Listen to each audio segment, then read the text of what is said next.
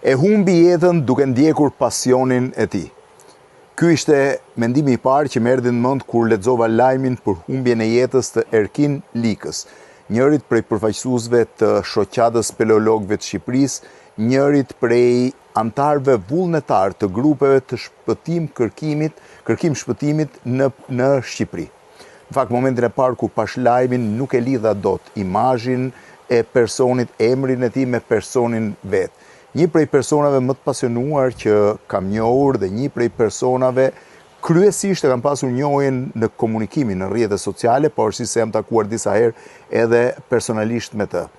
Erkin Lika humbi jetën 2 ditë më parë, ndërkohë që po stërvitej në zonën e urës së Vashës. Trupi i tij u mor nga lumi i madh dhe ai u gjet vetëm pak kohë më pas.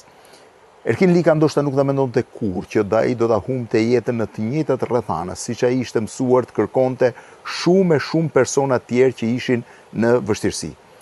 Ishte një djalë 38-39 vjeçar, i cili midis 38 dhe 39 viteve, i cili kishte dhënë kontributin e tij të jashtëzakonshëm në të gjitha rastet e kërkim shpëtimit, kur njerëz kishin humbur nëpër zona të ndryshme të Shqipërisë, nëpër male, nëpër liqene, nëpër kanione, dhe përveç kësaj ishte një prej themeluesve dhe antarëve aktiv të shoqatës së speleologëve të Shqipërisë.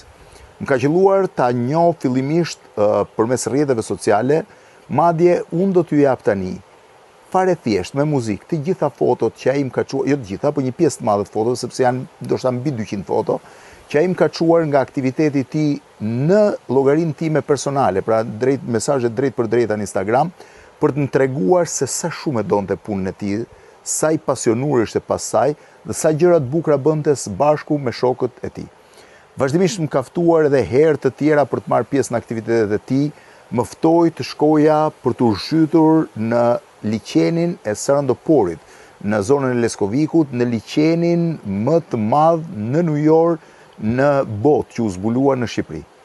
Një ditë, së bashku me Dorarta Kokën, një prej vajzave të vetme speleologët të Shqipërisë, më telefonuan pikërisht nga Sarandopori për të treguar që ishin në brendësi të liqenit. Fola gjatë me ta atë ditë, folëm në video, më pas bëra një video me Dorartën dhe e ftova të gjithë ekipin e speleologëve shqiptar që të vinin në studion e emisionit Opinion. Ata erdhën në studio dhe ne publikuam këtë video, e cila ishte pjesë e rrjeteve të mia sociale, pra pjesë e Instagramit tim. Është një moment interesant, Erkini e flet, pra e prezantohet vetë me emrin e tij në momentin që fillon video dhe mund ta shihni vetë. Erkini ishte e pasionuar thash, mbas speleologjisë, mbas kërkim shpëtimit, ai ishte pjesë e një grupi që gati çdo javë lëvizin për vende të ndryshme të Shqipërisë. Ishte një prej atyre njerëzve që e dashuronte pafund Shqipërinë. Ndërkohë që po shihni Instagramin, ju mund të shihni se sa shumë, se sa i prezent ka qenë dhe se sa këtu mund të shihni se sa shpesh më dërgonte mesazhe dhe më shkruante duke më çuar kryesisht fotografi nga i gjithë aktiviteti i tij në Shqipëri. Thash, ishte një person i apasionuar. Shiheni këtë video që më ka çuar ndër komunikimet tona të para me të. Ishte një ngjitës i pasionuar, thash, i Shqipërisë. Shiheni këtë foto të tij me flamur në një nga pikat më të larta të Shqipërisë, në majën e Qorrës në Vlorë. Madje e kam postuar atë foto, do ta ripostoj sërish sot për të treguar pasionin që kishte ky njeri. Ndërkohë që është shumë interesant, çfarë më thot një mesazh. Duke ju uruar shëndet, doja t'ju thoja dhe kërkoja ndihmën tuaj dhe prezencën tuaj në një stërvitje demonstrative të një ndërhyrje malore. Aktualisht jam antar i grupit kërkim shpëtimit malor shqiptar. Është grupi që është krijuar tani për ndërhyrjet malore në aksidente në varësitë Federatës Alpinizmit. Nëse do merrje pjesë në një ndër stërvitjet tona, do të bëhet në bashkëpunim me zjarfiksit dhe emergjencat civile. Do të ishte kënaqësi për grupin dhe për Shqipërinë. Mendonim të bënim një stërvitje në kanionet e Erzenit, simulim aksidentim turisti. Dhe mi ka çuar të gjitha pamjet edhe të simulimit. Më pas, veç pjesës kur u ftuan në emisionin Opinion, që mund ta ndiqni më herë në fund të kësaj videoje, e ftova edhe në eksplorimin e tuneleve nëntoksore në shtëpinë e Enver Hoxhës. Tunelet nëntoksore ishin të mbushur me ujë. Erkini erdhi së bashku me një shokun e tij, me veshjet e speleologut, me pajisjet e tyre, u munduam të hymë brenda tuneleve, ai u mundua të hapte edhe derën hyrëse që shkonte në një drejtim që ende sot nuk i japim shpjegim.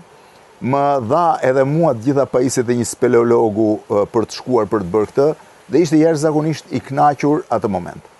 Sikur se thash, ishte antar i shoqatës speleologëve, pjesëtar i grupeve të kërkim shpëtimit dhe njëkohësisht një njeri me një pasion të jashtëzakonshëm. Një njeri që humbi jetën për pasionin e tij, ndoshta në mënyrë tragjike, por edhe në një mënyrë se si ai vetë kishte rrezikuar gjithë jetën e tij për të tjerët. Kësaj here nuk mundi të shpëtoj veten, por padyshim ai do mbetet një shembull për gjithë speleologët dhe një prej të pakve të rrallëve njerëz të cilët në fund pasioni tyre i madh i thirrin në botën tjetër. U presh në paqe Erkin, shihni 2 videot, atë në studion e Misionit Opinion dhe atë tjetër në shtëpinë e Enver Hoxhës. Shoqata e speleologëve të Shqipërisë ka hyrë në liçenin nëntoksor të Leskovikut në Euroni, thonë çekët, nuk e di çfarë emri do t'i vëmë ne. Kanë qenë 11 veta, sot janë në studio, edhe një vajzë, Dorarta. Ishte vështirë Dorarta tyje? Ishte pak, por gjë e bëshme. Gjë e bëshme ishte tynte, do vi thoni emrat një nga një. Ledi? Rinaldi? Erkini. Dorarta, po? Armandi? Në sa shpella keni hyrë? Nuk numërohen gjithë shpellat e Shqipërisë. Kush është shpella më e bukur, po më thoni të drejtën? Shpella më e bukur për mua është e Kabashit, e Staraktit. E Kabashit? Ajo është nga më të bukurat që kemi. Shpella e Kabashit. Cilësohet si ndër më të bukurat në Ballkan. Po shpellë tjetër? Dhe kjo në kjo... Po kjo është shumë e vështirë, apo jo? Shumë e vështirë. Gati 127 metra, vetëm zbritje. 127 metra i bje 2 herë gjysmë 15 katëshi, se në Tiranë me 15 katëshin i kemi bërë gjithmonë llogarit për të zbritur poshtë. Po poshtë duket shumë e bukur nga pamja. Poshtë është një galeri shumë e madhe. Galeri e madhe, hapet e gjitha brenda. 56 metra galeri. Shiheni tani kam dhënë fjalën që do marrin me vete, po se ku do mësojnë se di, shiheni se çfarë mrekullie kanë. Shoqata e speleologëve të Shqipërisë. Përshëndetje të gjithë. Po, kjo është hyrja e dytë. Sa ka 4 hyrje ka? 2 hyrje në total, por në ti aksesuar të material të ndryshme. 2 hyrje në total. Kjo dhe hyrja e brendshme që hym. Domethënë, o do hym këtej, o andej nuk hyej. Shohim këtej sa hym dot. Kjo është e hap dot? Jo, s'ka gjë, lëre të se hapin çunat. S'ka gjë se nuk është. Ej, kjo është çelikë, priti sekond, kjo është çelikë. Çeliki, po, djeri. Çeliki i fortifikuar dhe u hap ka. Ha? Kujdes se po ai gjithën. Mund të spostoni pak bravo? Po. Në gjirë dera dhe... Po, jo s'ka gjëra të zbje dot. Kjo është... Tani u bë më interesante, se më dim fare ku po shkoj. Është futur me klapa, e vetëm mundohu ta shohësh pak sipër. Ka vesh dot? Të ndihmoj? Ma liro. Çka ka? Kjo ka një hapësirë në këtë derë tjetër që vërgon. Ai ka mbyllur. Ajde sistem, ajde lëria ta shoh vetë. Ai ka mbyllur janë mashina vagona. Është mashina vagonash. Prit ku mund të vendosun këmbën? Ma hap një hapësirë ku mund të një hapësirë vogël. Kjo sa një më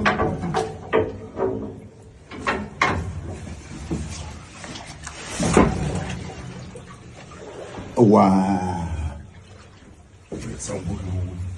Kjo është, po, është e mbyllur e gjitha, por është tunel. të gjithë tunel që është mbyllur. Është tunel. Do me thënë nuk jemi vetëm këtej këta. Është tunel, mos se hap tokë se ka një derë të dytë. Do me thënë këto janë